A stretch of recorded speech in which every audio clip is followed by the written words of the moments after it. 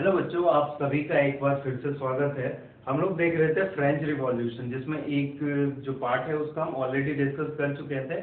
आज हम जो है उसका सेकंड वाला करने वाले हैं, the outbreak of the revolution. तो चलिए बिना टाइम वेस्ट किए शुरू करते हैं।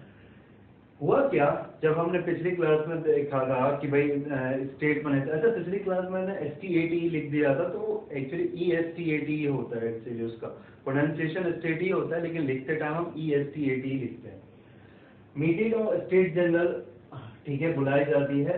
स्टेट जनरल क्या है? जैसे कि आप एक पॉलिटिकल बॉडी होती है, जैसे कि अभी आप समझ सकते हो कि भाई जैसे हमारा पार्लियामेंट, उसी तरह से उस टाइम वहां पे ये क्या होता था, एक पॉलिटिकल बॉडी होता था जो कि डिसाइड करता था। तीनों स्टेट के वहां पे रिप्रेजेंटेटिव होते थे जो कि डिसाइड करता था कि नए लॉज जो बनने वाले हैं या कोई भी किसी भी तरह का कुछ भी कोई काम होने वाला है, ठीक है जी, जो नया होने वाला है वो उसमें वो लोग वहां पे डिस्कस करते थे। तो 5 मई 1789 को लुईस 16 जो है वो क्या करते हैं, एक असेंबली को बुलाया जाता है। मतलब और किस बात के लिए बुलाया जाता है असेंबली को? तो नए टैक्सेस के लिए, ठीक है। नए टैक्सेस किस तरह से लगाए जाए, क्या किया जाए, उसके लिए बुलाया जाता है, ठीक है। 300 और 600, यानी 300 फर्स्ट स्टेट से लोग होते हैं, 300 सेकेंड स्टेट के, और 600 पर्सन जो होते हैं वो आपके थर्ड स्टेट के होते हैं। अब देखो, इसमें भी बड़ा अच्छा होता है कि ये जो 300 लोग हैं ना, इनको बैठने के लिए चेयर दिया जाता है। एक दूसरे के आगे ये लोग बैठे रहते हैं ऐसे करके, जैसे मैं यहाँ हूँ तो दूसरा पर्सन मेरी तरफ देख के मुझे देखते हुए वहां पे बैठा हुआ है। लेकिन जो थर्ड स्टेट के लोग थे वो क्या थे, पीछे खड़े थे। चलो कोई बात नहीं। थर्ड स्टेट के जो रिप्रेजेंटेटिव थे वो वही लोग थे जो मिडिल क्लास से मैं क्या करके आए हैं, राइट, जो एजुकेटेड पर्सन थे, जो वहां पे क्या कर रहे थे, मूवमेंट्स वगैरह, रिवोल्ट वगैरह को जो लीड कर रहे थे, वो लोग थे यहाँ पर रिप्रेजेंटेटिव। पीजेंट्स, फार्मर्स, आर्टिसियंस को अलाउड नहीं था, लेकिन इनके डिमांड को कहा जाता है कि 40,000 लेटर्स में इनके डिमांड को क्या किया गया, स्टेट जनरल में लाया गया। अब देखो हुआ क्या कि ये जो 300 पर्सन थे, ये जो 300 थे, तो वहां पे होता क्या था पहले ओल्ड रेजिम में। अच्छा, कई बार ना आपकी बुक में ओल्ड रेजिम का आता है, जिक्र आता है। तो ओल्ड रेजिम का मतलब होता है टाइम बिफोर 1789। तो उसमें क्या होता था, वोटिंग जो होता था ना, उसमें फर्स्ट स्टेट, सेकंड स्टेट, तीनों स्टेट के एक एक वोट जो है वो काउंट होते थे, ठीक है। 300 लोग हैं, उससे कोई मतलब नहीं है, वोट एक ही काउंट होता था। अब आप एक बात सोचो कि भाई जिन लोगों को टैक्स नहीं देना, वो तो बिल्कुल ही कहेंगे हम उस चीज का, उनके अगेंस्ट भी अगर कोई टैक्स वाली चीजें आ जाती है, ठीक है, तो वो क्या करेंगे, मना कर देंगे। तो ये दोनों अगर मना कर देंगे तो 2/3 हो जाएगा, ठीक है, और वो चीज कभी पास होगी नहीं। ये बात थर्ड स्टेट वालों को पता था कि अगर किसी तरह की बात वो रखते हैं तो वो चीज वहां पे पास होने ही वाली नहीं है। तो ये क्या करते हैं कि इस चीज को अपोज करते हैं, ठीक है। ये कहते हैं कि भाई हमें क्या करना चाहिए कि जितने भी लोग हैं यहाँ पे, टोटल कितने लोग हैं आप देखोगे तो टोटल आपके 1200 पर्सन जो तीनों को मिला के हैं, सभी को वोटिंग का राइट दिया जाए, और सभी के लिए इक्वल राइट, मतलब सभी का वोट जो है वो 1 काउंट, ठीक है, यानी टोटल 1200 वोट हो, ना कि 3। तो ये चीज वहां पे कहता है। तो जो किंग होता है वो इस प्रपोजल को रिजेक्ट कर देता है। इसी प्रपोजल, ये जो इस तरह का जैसे आजकल हमारे डेमोक्रेसी में होता है, तो इस तरह की डेमोक्रेटिकल बात जो थी वो रोसो ने अपनी बुक द सोशल कॉन्ट्रैक्ट, ठीक है, ये रोसो की बुक है, उसमें ये चीजें उन्होंने लिखी है। तो किंग क्या करता है, ये आपके एमसी के लिए इंपॉर्टेंट है कि रोसो ने कौन सी बुक लिखी थी, ठीक है। एक मॉन्टेस्क्यू वाला था जो पिछली क्लास में बताया था, एक जॉन लोके वाला था, और ये तीसरी बुक जो एमसीक्यू में सबसे ज्यादा पूछे जाते हैं। तो king rejected the proposal, king reject कर देता है। ये लोग क्या करते हैं, वहां से जो आपका स्टेट जनरल था वहां से बाहर निकल जाते हैं। कहा जाता है कि स्टेट जनरल को क्या कर दिया जाता है, किंग के ऑर्डर पे बंद कर दिया जाता है। आगे बात बढ़ती है, और 20 जून को, ठीक है, इंडोर टेनिस कोर्ट, ये वर्सलीज का जो प्ले ग्राउंड था, वहीं पे ये इंडोर टेनिस ग्राउंड था आपका, वहां पे क्या किया जाता है, इंडोर टेनिस कोर्ट में आपका ये लोग इकट्ठा होते हैं और ये डिक्लेयर करते हैं अपने आप को नेशनल असेंबली, ठीक है। ये जो थर्ड स्टेट के लोग होते हैं ये क्या करते हैं, नेशनल असेंबली अपने आप को क्या करते हैं, कहते हैं कि जी हम क्या है आपसे नेशनल असेंबली, हम अपना अलग कॉन्स्टिट्यूशन बनाएंगे, ठीक है, और अलग कॉन्स्टिट्यूशन बनाएंगे और सारी बातें उसमें रहेंगी, ठीक है। ये इस तरह की बातें आ गई। इसको जो लीड कर रहा था वो थे मिराबेयो और अबेसिये, ठीक है। ये दो लीडर थे जो लीड कर रहे थे इसको। देखो मिराबेयो जो थे मिराबियो इसको पढ़ा जाता है, वो नोबेल फैमिली के थे, और एबेसिए जो थे वो थे प्रिस्ट। देखो प्रिस्ट वाले किस में आते थे, फर्स्ट स्टेट में, और नोबेल फैमिली किस में आता था, सेकंड स्टेट में। तो ये दो जो थे, जो थर्ड स्टेट के मेंबर नहीं थे, फिर भी ये लोग क्या कर रहे थे, थर्ड स्टेट को सपोर्ट कर रहे थे। एक्चुअली था क्या कि बहुत सारे ऐसे लोग थे फर्स्ट और सेकंड स्टेट से, जिनको क्या लगता था कि थर्ड स्टेट वालों के साथ क्या हो रही है, ज्यादती हो रही है, कि इनके साथ कोई गलत हो रहा है, ऐसा नहीं होना चाहिए, टैक्स सिस्टम जो ये है वो बिल्कुल ये गलत है। तो ये हुआ। अब आगे क्या हुआ कि बहुत सारे जो लीडर्स थे यहाँ पे, ये तो दो मेन लीडर्स थे, और भी जो लीडर्स थे, जो फिलोसफर्स थे, उनकी मैगजीन्स छपी, उनकी बातें जो है वो पावरफुल स्पीचेस वगैरह आने लगे, ठीक है, कि नहीं भाई नेशनल असेंबली आएगा, नए कॉन्स्टिट्यूशन बनेंगे, मोनार्क का जो पावर है वो कम कर दिया जाएगा, खत्म करने की कोशिश करेंगे, ये सारी बात आने लगी। नेशनल असेंबली बिजी था किसमें, ड्राफ्टिंग कॉन्स्टिट्यूशन में। इसी बीच क्या हुआ, फ्रांस में टर्मोइल की कंडीशन आ गई। टर्मोइल मतलब उथल पुथल, क्या होगा क्या नहीं होगा, इस तरह की सिचुएशन आ गई, ठीक है। होता है ना कि भाई क्या होने वाला है क्या नहीं होगा, जैसे आजकल कोविड-19 को लेके पता नहीं क्या, 3 लोग सोच रहे 3 मई को लॉकडाउन खुलेगा, क्या होगा नहीं होगा, तो इसी तरह का, ठीक है। उसी बार क्या हुआ था कि आपको पता है कि फ्रांस कहाँ पे है, फ्रांस जो है आपका यूरोप में, और वहां पे बहुत ठंड पड़ती है सर्दी के मौसम में। तो उस साल क्या हुआ था, बहुत ही हार्श विंटर था, जिसकी वजह से जो क्रॉप्स वगैरह थे वो खराब हो गए थे, और रिजल्ट क्या हुआ उसका, फूड प्राइस इंक्रीज हो गया। जैसे अभी कोविड-19 की वजह से क्या हो रहा है, फूड प्राइसेस जो है वो पहले से थोड़े से इंक्रीज हो गए, थोड़े से क्या, मैं तो कहूँगा बहुत ज्यादा इंक्रीज हो गया है। मैं तो खुद रेगुलर जाता हूँ और देख रहा हूँ कि प्राइस डिफरेंस जो है वो काफी ज्यादा है पहले के मुकाबले, ठीक है। तो फूड प्राइसेस इंक्रीज हो जाते हैं, जो कहता है जो लोग लाइन में होते हैं, स्पेशली जो वुमेन्स होती है, घंटों लाइन में रहने के बाद भी उनको जो है वो फूड वगैरह नहीं मिलता था, वहाँ पे ब्रेड वगैरह नहीं मिलता था उनको, उनके लिए, उनके बच्चे के लिए, उनकी फैमिली के लिए। तो ऐसा सिचुएशन आ गया कि लोग क्या हो गए, अब तंग आके सीधा वो क्या करते थे, दुकान में घुस जाते थे, दुकान को तोड़ के लूट लाट के लेके चले गए थे, ठीक है। अब ये फूड प्राइस जो बढ़ा था, एक्चुअली कुछ लोग जो होते हैं वो क्या करते हैं, ऐसे सिचुएशंस का गलत फायदा भी उठाते हैं, और ये कुछ ऐसा ही हुआ था। बहुत सारे शॉपकीपर्स ने क्या किया था, फुल प्राइस बढ़ा दिया था ज्यादा कमाई के लिए, लेकिन इसका रिजल्ट उल्टा क्या हुआ कि उनकी दुकानें लूट गई, ऑब्वियसली भाई। तो किंग ने क्या किया, जब देखा कि ऐसा सिचुएशन है पेरिस में, तो उसने ऑर्डर दे दिया ट्रूप्स को पेरिस मूव करने के लिए। अब आपको अगर याद होगा पिछली क्लास का, फ्रेंच रिवॉल्यूशन के फर्स्ट पार्ट का जो हमारा इंट्रो वाला पार्ट था, अब वो इंट्रो वाला पार्ट जो है वो यहाँ से स्टार्ट हो जाता है, ठीक है। उसमें हमने बताया था 14 जुलाई 1789, अगर आपको याद होगा कि वहां पे ट्रूप्स आते हैं पेरिस में, तो वो घटना अब यहाँ से शुरू होती है, ठीक है।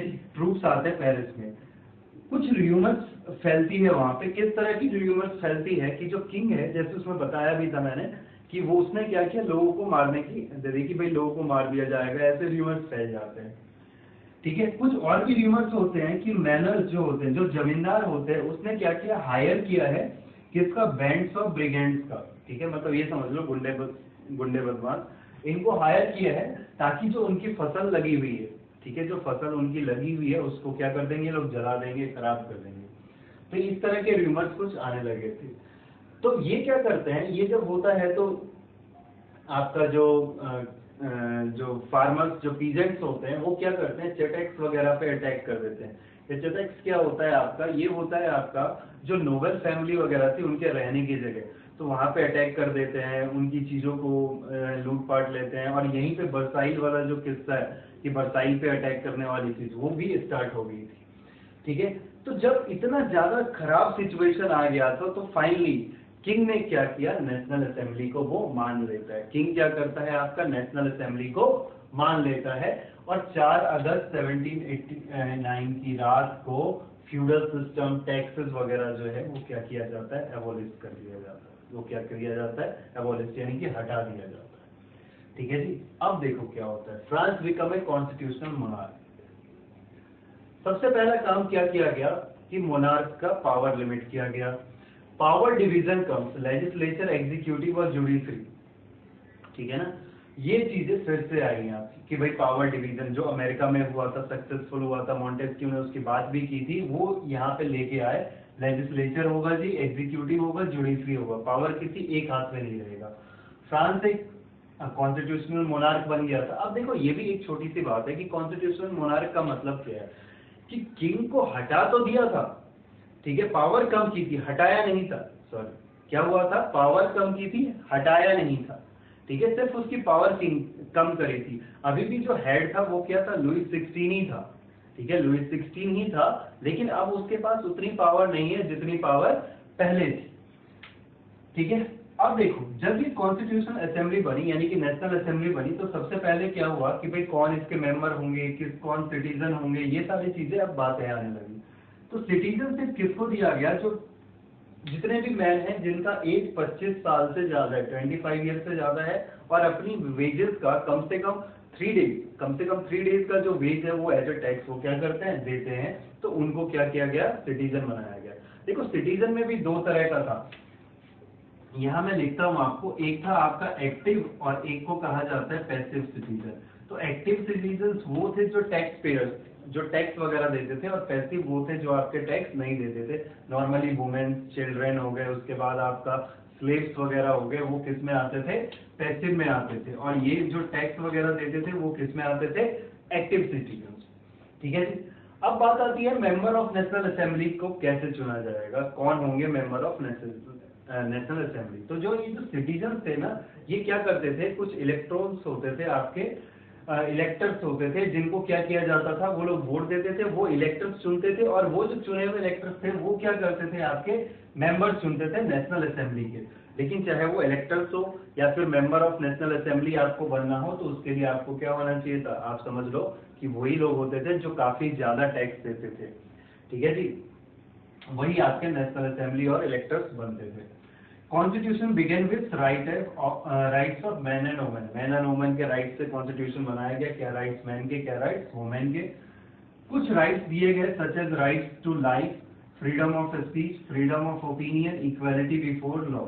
ये कुछ राइट जो है वो क्या किए गए, दिए गए वहां पे लोगों को, और इन राइट को कहा गया नेचुरल राइट। इन राइट को क्या कहा गया, नेचुरल राइट, यानी वो राइट जो आपको बाय बर्थ मिलता है। जैसे इंडिया में हम फंडामेंटल राइट जिसको बोलते हैं, वहां पे उसको नेचुरल राइट नाम से बोला गया, ठीक है जी। इंडिया का जो एक्चुअली फंडामेंटल राइट है ना, उसका भी कुछ पोर्शन यहाँ से लिया गया। हमें पता है कि हमारा जो इंडिया का कॉन्स्टिट्यूशन है, इज बोरोड कॉन्स्टिट्यूशन, बहुत सारी चीजें अलग अलग कंट्री से ली गई हैं और उससे पूरा कॉन्स्टिट्यूशन बनाया गया। तो फंडामेंटल जो आपके राइट्स हैं उसके कुछ पॉइंट्स जो हैं वो इस फ्रांस से भी लिए गए हैं, यहाँ से इनके कॉन्स्टिट्यूशन से भी लिए गए हैं। कुछ चीजें यूएसए से ली गई, कुछ चीजें ब्रिटेन से ली गई है, और कुछ पार्ट जो है वो आपका यहाँ से लिया गया, ठीक है जी। इसके अलावा आपके कुछ सिंबल्स हैं, मैं यहाँ पे आपको दिखाना चाहूंगा सिंबल्स एक एक करके, देखना जरा।